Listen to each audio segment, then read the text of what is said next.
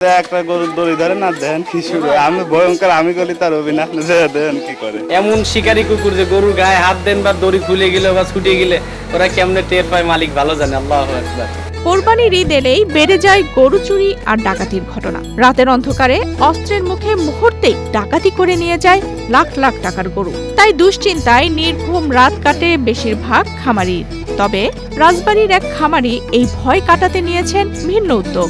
মানুষের বদলে নিজের খামারের নিরাপত্তায় বেছে নিয়েছেন প্রশিক্ষিত ডগ স্কোয়াড। কুকুর খুব ভালো, কুকুর দেন আমাইতে বেশি সেট দেয়। আমরা তো রাত্রি ঘুমাতে কুকুর তার ঘুমায় না, কুকুর সারা রাত রেগে থাকে, খুব ভয়ঙ্কর। আপনি যে একটা গরুর দড়ি ধরে না দেন কি শুরু আমি ভয়ঙ্কর আমি গলি তার অভিনয় আপনি দেন কি করে। রাজবাড়ীর কালুখালী উপজেলার বোয়ালিয়া ইউনিয়নের গৌরাঙ্গপুর গ্রামে 50 শতক জমির উপর গড়ে উঠেছে আনাস এগ্রো ফার্ম।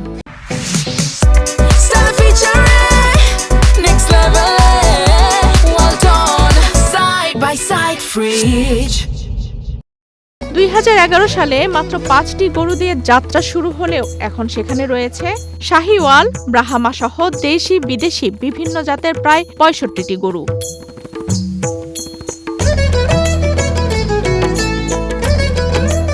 কোরবানির ঈদকে সামনে রেখে বড় ও দামি গরুর নিরাপত্তায় খামারটিতে নেওয়া হয়েছে বিশেষ ব্যবস্থা। সিসিটিভির পাশাপাশি পাহারায় রাখা হয়েছে বিদেশি গ্রেট ডেন জাতের 4টি কুকুর। ভোর থেকে গভীর রাত পর্যন্ত খামারে চলে গরুর পরিচর্যা, খাবার দেয়া, চিকিৎসা ও তদারকির কাজ। আর রাত নামলেই পুরো খামারের নিরাপত্তার দায়িত্ব চলে যায় ডগ স্কোয়াডের হাতে। কুকুরগুলোর জন্য খামারের পাশে তৈরি করা হয়েছে আলাদা থাকার ঘর। স্থানীয়দের মতে কুকুরগুলো বেশ হিংস্র। ওই ওর ধরেন যে কামড় যদি আপনি যদি ধরেন ছাইড়ে দেয়, আপনার কামড় দিয়ে একদম সাথে সাথে মারিয়ে 2 থেকে 3 মিনিট মনে লাগবে এইরকম। তাহলে বুঝেন কি একটা ভয়াবহ। যেহেতু তার সম্পদ তো তার ব্যবসা, এটা তো তার সেই খেয়াল রাখতেই হবে যে সে কুকুর দিয়ে পাহারা দিচ্ছে। কুকুর তার মনে করেন মানে মানুষের ভাই যা না করে তার থেকে বেশি উপকার করে। ওই যে ওই সাইডে ঘর করছে দেখেন, কুকুরের বাস করার জন্য কুকুরের রুমে দুই রুমই দেবে।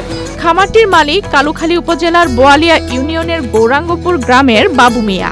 দীর্ঘ প্রবাস জীবন শেষে ইরাক থেকে দেশে ফিরে গড়ে তোলেন গরুর খামার। বর্তমানে তার খামারে রয়েছে প্রায় 65টি গরু। খামারের নিরাপত্তা বাড়াতে 2023 সালে প্রথমে আনেন 2টি কুকুর। পরে কুকুরগুলোর বিশ্বস্ততা ও কার্যকারিতায় সন্তুষ্ট হয়ে এখন খামারে রয়েছে 4টি কুকুর। তাদের খাবার ও পরিচর্যায় প্রতিদিন খরচ হয় প্রায় 500 থেকে 600 টাকা। আসলে কুকুর তো প্রভুভক্ত হয়, আর আমি ধরেন যে দীর্ঘ 16 বছর বাইরে কাটায় আসছি। বাইরের মানুষ কিন্তু কুকুর পালে, বাড়ির সিকিউরিটির জন্য, বাসা সিকিউরিটি, কোম্পানির সিকিউরিটির জন্য কিন্তু কুকুর পালে। আবার ধরেন যে এই যে সেনাবাহিনী, বাইরের দেশের বড় বড় নিরাপত্তা ওরা কুকুর পালে। আমি দেখলাম যে আসলে এই বুদ্ধিটা আমিও কাজে লাগাই, সেক্ষেত্রে আনিছি। ধরেন আমার খুবই উপকার। আর এই যে কি হিংস্র, যদি কেউ না আসে বুঝতে পারবে না। একটা শিয়াল, কুকুর, পাখি পর্যন্ত ওর খাবারটা খাইতে দেয় না, মাইরে রেখে দেয়। একটা পাখি আমি কয়েকটা মুরগি জরিমানা দিছি, মানে ওর আয়ত্তের মধ্যে কোনটাই ও অ্যালাউ করে না, আমি ব্যতীত আর গরু ব্যতীত। যার কারণে আমি কুকুর পালি। আসলে এটা ধরেন যে আমার এক এক সময় এক এক রকম, তবে আমার পার ডে 500-600 টাকা খরচ হয়। পরিশ্রমও করতে হয়, ওদের এই গোসল করাইতে হয়, ময়লা আবর্জনা পরিষ্কার করতে হয়। ওরা আমার জন্য করে, আমি ওর জন্য করি। জেলা প্রাণী সম্পদ কর্মকর্তা জানান, নিজস্ব ডগ স্কোয়াড এর বিষয়টি ব্যতিক্রম তবে নিরাপদ। আধুনিক প্রযুক্তির পাশাপাশি প্রশিক্ষিত কুকুর ব্যবহার এখন বড় খামারগুলোর জন্য কার্যকর নিরাপত্তা ব্যবস্থায় পরিণত হচ্ছে। বিশেষ করে কোরবানির মৌসুমে দামি গরু রক্ষায় এটি বাড়তি ভরসা। বাড়ির মালিক যদি তার বাড়ি পাহারার জন্য কুকুরকে ব্যবহার করতে পারে, উন্নত দেশে তো কুকুর দিয়ে অনেক কিছুই হয়। আমাদের দেশে পুলিশের ডগ স্কোয়াড আছে, র্যাবের ডগ স্কোয়াড আছে। তেমনি একজন ব্যক্তি ওইটা দেখে অনুপ্রাণিত হয়ে আমার কাছে মনে হয়েছে যে তার খামারকে এই এই এই বাইরের কুকুর সে পাওয়ার সম্ভবত সেটা দিয়ে সে এই খামারের নিরাপত্তাটা নিশ্চিত করছে। এটা একটা নতুন উদ্যোগ, অভিনব উদ্যোগ। প্রভুভক্ত প্রাণী হিসেবে কুকুরের পরিচিতি অনেক পুরনো। বিপদের আভাসও তারা খুব দ্রুত বুঝতে পারে।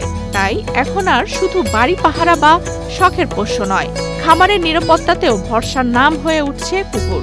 তাই তো কোরবানির ঈদ সামনে রেখে দামি ও বড় গরুর নিরাপত্তা নিশ্চিত করতে অনেক খামারই ব্যবহার করছেন প্রশিক্ষিত ডগ স্কোয়াড, যা এখন আধুনিক ও কার্যকর নিরাপত্তা ব্যবস্থার অংশ হয়ে উঠছে।